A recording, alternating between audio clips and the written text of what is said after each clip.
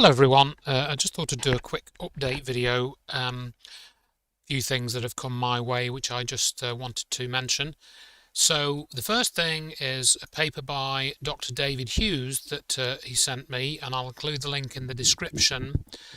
And it's very long, it's about 35 pages, but it's basically an academic study of, for example, how they've created the COVID scam. And as you can read in the paper, it says, although its power once established is terrifying, totalitarianism cannot be imposed on a population from above. The ruling class of any country is numerically tiny and ultimately powerless if the population refuses to comply with its instructions. And then Dr. Hughes goes through a lot of topics, and it's a very worthwhile read. You can see here the production of mass paranoia, and he cites various examples from various papers, and then he likens this to what happened in Nazi Germany and other places as well. And he quotes, for example, some works from the 1950s, which of course were written post Second World War, and that allows you to see much more clearly how this has been constructed and what's going on. So if you've got the time, I recommend having a read of this, because it's a pretty good exposition, and it's very clear. It makes it very clear, how it's being done with academic references. So that's the first thing I wanted to mention. And so you can download that PDF from the academia website. Again, the link will be in the description. And once again, this will go on to Odyssey in case this video on my channel gets deleted. And the next thing, which is related to this quite closely, is that just here in the UK on the 20th of December, that was yesterday, as I'm recording this on the 21st, we've seen another of these media campaigns, and here you see 9 different daily newspapers in the UK. They've all got the same logo on them, and this Newsworks website reports this. News brands unite to boost nation, it says. And it says here, this is part of the news industry's all-together partnership with the UK government to provide vital information to the nation about COVID-19. So that, to me, says that this is government-controlled propaganda. The government are controlling the media, and indeed we can see this because if you look, for example, at the spend, you can see on this page, again, this link is in the description. This is from July this year, spend over £25,000 from the Cabinet Office, and you can see we've got this COVID-19 NR comms thing here, and there's 215 entries on this. You can look at you could total up these figures. I haven't done it yet, but I'll get to that in a minute, and then we can go down the list, and you will find that there's various companies involved, but the main one is this one shown here. You'll see that an awful amount of money has gone to this Manning Gottlieb OMD. Okay, now they came up in another search. I'd heard of this company before, and you can see that Manning Gottlieb set to retain £200 million of UK government media, and that this story was posted about 10th of December. It says 12 days ago, and that's what's going to be the 9th, isn't it? Yes, sorry. So you can see these awful pictures here. So at least we know something about who's behind this terrible propaganda campaign. And frankly, anyone that works for this company should be totally ashamed of themselves. They really should be, because they are complicit in causing harm to thousands of people and death in some cases. So if anybody from this company is watching this, I really hope you consider resigning from this company, and because otherwise you're benefiting from ill-gotten gains as far as I'm concerned, and you're contributing to a murderous conspiracy. Okay, so I doubt that anybody is watching this, but that's what I would ask you to consider. So going to the other end of the spectrum now, in fact, before I go to that other end of the spectrum, I'll just mention another thing, which is sort of halfway between. We've got this Great Barrington Declaration, and I received an email from them, and they, for example, said, I just want to read this out because I misunderstood it at first. While occasionally censored, we have not been silenced.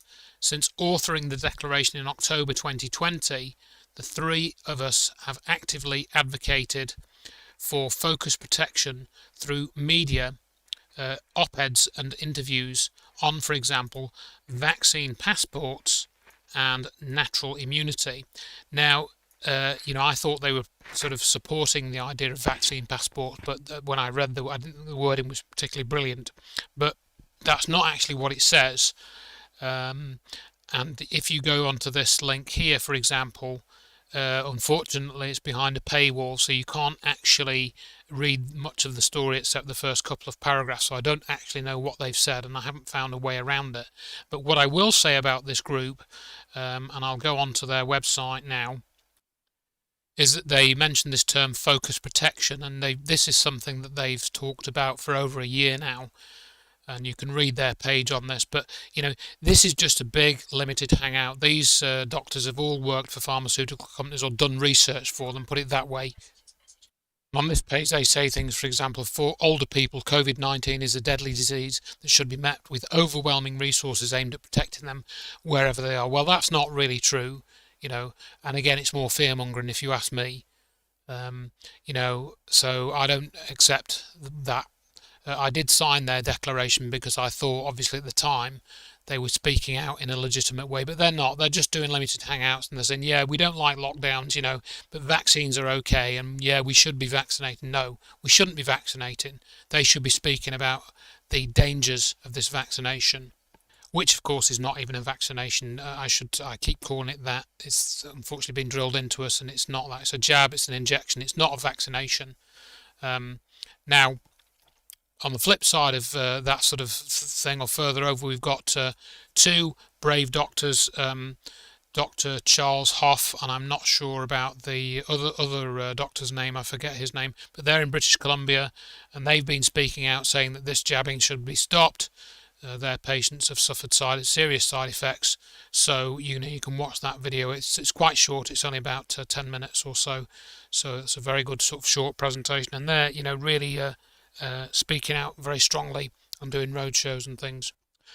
And so moving on a little bit, I was today sent this video. Some of these links I've posted at cv.pandemicinvestigation.com and checked the evidence, and some I haven't yet, but these will all sort of go up in the next sort of couple of days or so. But this particular video by a sort of slightly odd looking chap, I'm always a bit concerned when they're wearing black, but maybe I'm overly concerned about that. But the two links are very, very important ones, I think, that are highlighted here, because as you can see from the headline there, it's about collusion between the World Economic Forum and the Dutch government. And these links have been posted on Twitter, and it's one of the Dutch ministers has actually invited to take part in this conference about the Great Reset, and the letter is from one of the members of the World Economic Forum, and they're saying how they can, this minister can play a huge part in the Great Reset, so why would a government minister be talking about a great reset of the economy when it's not even been voted on or anything?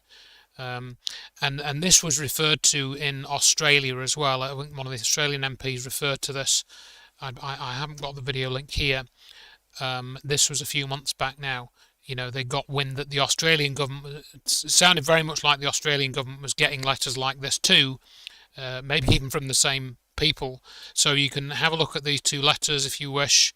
And then somebody, when I posted this on Facebook this afternoon, somebody posted an additional link where there is more correspondence that has been either leaked or posted on the web here, because of course these letters are actually over a year old. So again, when they come out at this time, this long after, I think this is a timed leak, and it's almost like, well, we've done this now and you can't do anything about it, so if this had come out like the week before this event or something, then maybe it could have been stopped. But of course this is a year old now, so maybe this minister went and they did whatever they did, so, and it's the same with some of these Pfizer documents that have come out about the jab.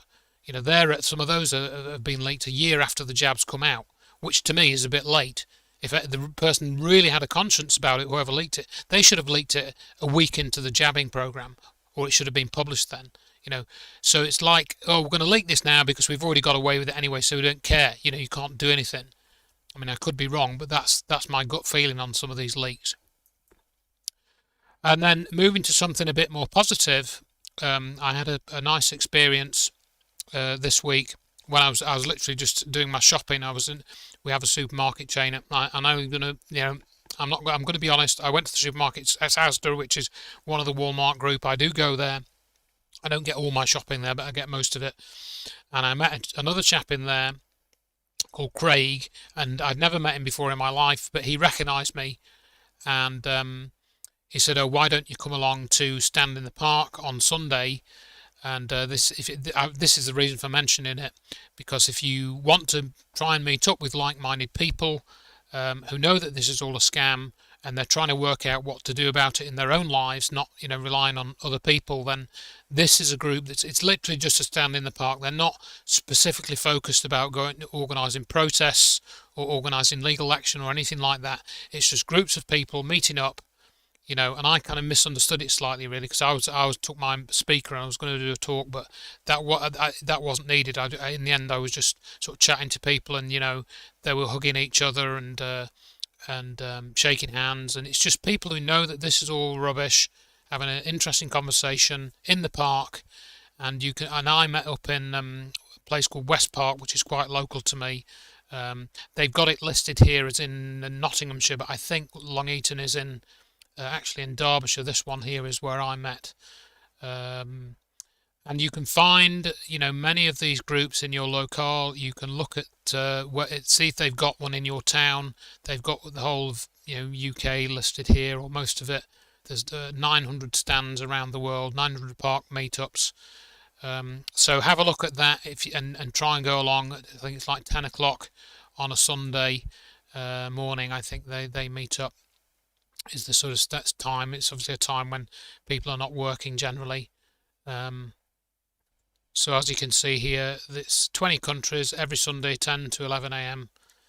We were there a bit longer. It was very cold as well. It was about 2 degrees or something. So I think if I meet them up again, I think I'm going to take a flask of coffee and some biscuits or something and hand them out. So that's an idea for you. If have a look and see if you can find a group. And again, if you haven't got a group, why not organise one? And you can tell this website that there's a link here where you can. Would you like to start a group here? Look, so why not start one? If there isn't one local to you, and see what happens. What is there to lose? So finally, then another video that I was just sent just now, and it's called Kathy Don't Go 666. I'll leave it in the description, and it's very, very interesting. This was made in 1985. This was posted, as you see, in 2009. It's got some interesting. It's a sort of cheaply made sort of song video, and it's a song about a young lady who shouldn't go to the supermarket. Well, you can watch the video. It's only, like, as you see there, 3 minutes 40 seconds, and it's quite interesting what's in there, and we've had a few of these things popping out, haven't we? So there you are. So that's all I wanted to say for now. So please consider sharing the information, and you can, if you want, sign up at the website for email updates if you're not already on the list. I've had to update the emailing thing because the old one had reached its limit. So some of you may have seen the format change slightly if you're on the emailing list. You can sign up and check the evidence for the check the evidence stuff. I've mainly been sending out COVID stuff, really. It's still obviously the most sort of pressing issue, but you can sign up the CV pandemic investigation, which is pretty much exclusively COVID stuff. So again, thanks for watching, and I will talk to you again in the next video.